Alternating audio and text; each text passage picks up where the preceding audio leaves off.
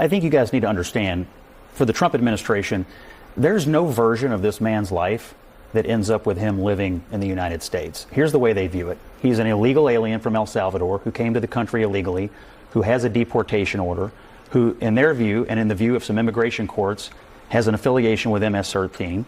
Fact. They also believe on the Supreme...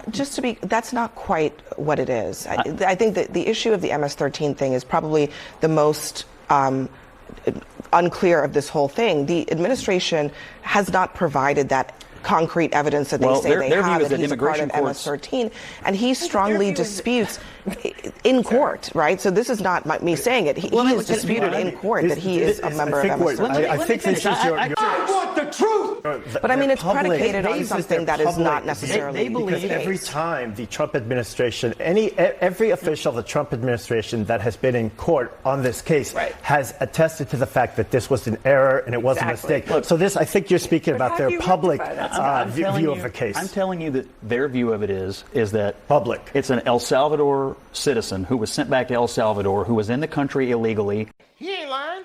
Who, according to some people in his long process, which does include an existing deportation order, believes that he has an affiliation with MS-13. As I said, there's no version of this man's life where he comes back. And let me say one more thing. The people that want him brought back need to understand something.